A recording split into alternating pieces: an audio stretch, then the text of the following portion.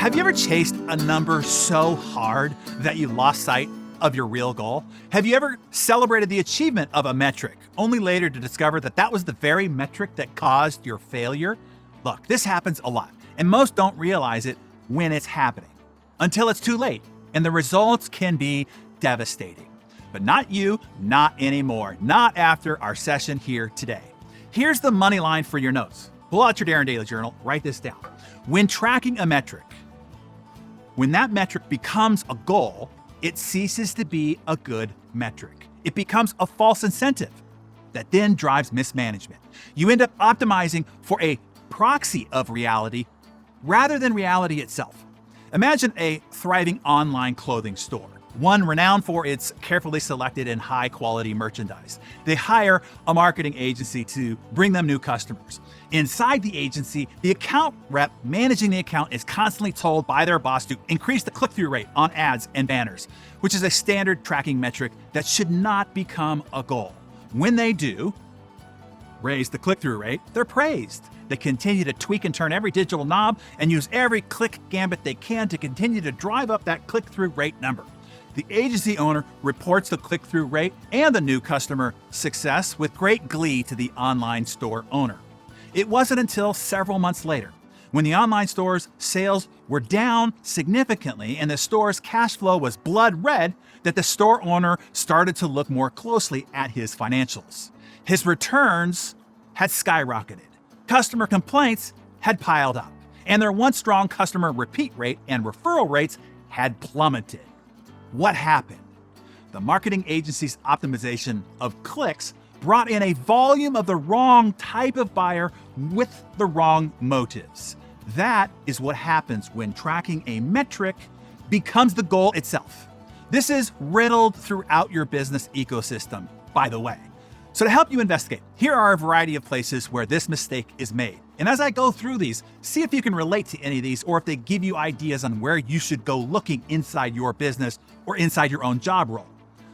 Sales. A salesperson making a high number of calls per day might seem productive. However, the effort is misdirected if the calls aren't generating quality conversations. Marketing. One might celebrate high engagement rates on social media campaigns, but if it doesn't translate to customer acquisitions at a high ROI, the effort is useless, if not costly. Human resources. HR departments often pride themselves on high retention rates, but without considering employee satisfaction, engagement, and productivity, this could simply mean retaining unhappy and unproductive staff.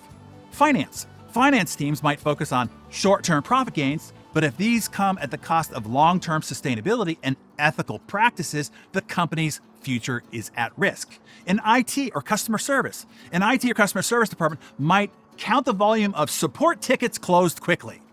But if the issues aren't resolved satisfactorily or with care, it leads to systematic recurring problems and user dissatisfaction. In retail, high foot traffic in retail stores is often seen as positive. But if it doesn't translate into higher purchase rate, it's an ineffective goal and wasted advertising dollars. Here are some in your personal life, by the way. Fixating on the weight scale number can lead to unhealthy dieting, Aaron, or taking drugs, many other people I know, hurting your overall well-being and mental health. Fixation on an income level versus life satisfaction. Counting social media followers versus real connections. Collecting educational degrees, Baylor, versus useful skills to produce income with. Your children's happiness and achievements versus their character growth. Counting the number of countries or places that you visit versus the richness and depth of experiences had. Racking up the number of books you read versus the new ideas or behaviors that you apply.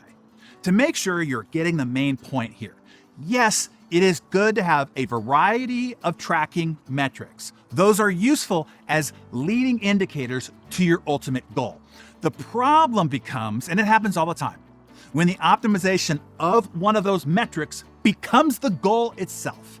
That can drive a whole slew of unexpected consequences down the line. Hopefully, our session today is a wake-up call. In our quest to optimize our numbers, we often lose sight of what those numbers represent. They are indicators, signposts pointing towards a destination They are not the destination itself. Here are a few action steps to consider to help you avoid the grave dangers of misguided metrics. Number 1, align metrics with core goals. Reassess your current metrics in every business function. Ensure each metric is a means to an end, not the end itself. Number 2, monitor for unintended consequences. Regularly review the impact of pursuing specific metrics. Be vigilant for signs of negative outcomes, such as lower quality clients, decreased customer satisfaction, or lower employee morale. Be sure to educate and encourage your team to question and analyze the metrics they use in their daily work. And then number 3, prioritize long-term vision over short-term numbers. Focus on the long-term health and sustainability of your business. Understand that the true success is more than just hitting numbers. It's about building a lasting, ethical, and impactful enterprise. So my Darren Daily friends, help each other investigate further. Where in your business or in your personal life have you maybe turned a leading indicator metric into too much of a goal? Think about it, make some notes in your Darren Daily Journal, and then share your thoughts with us in the comments below. Hey there, Allie from the A-Team here with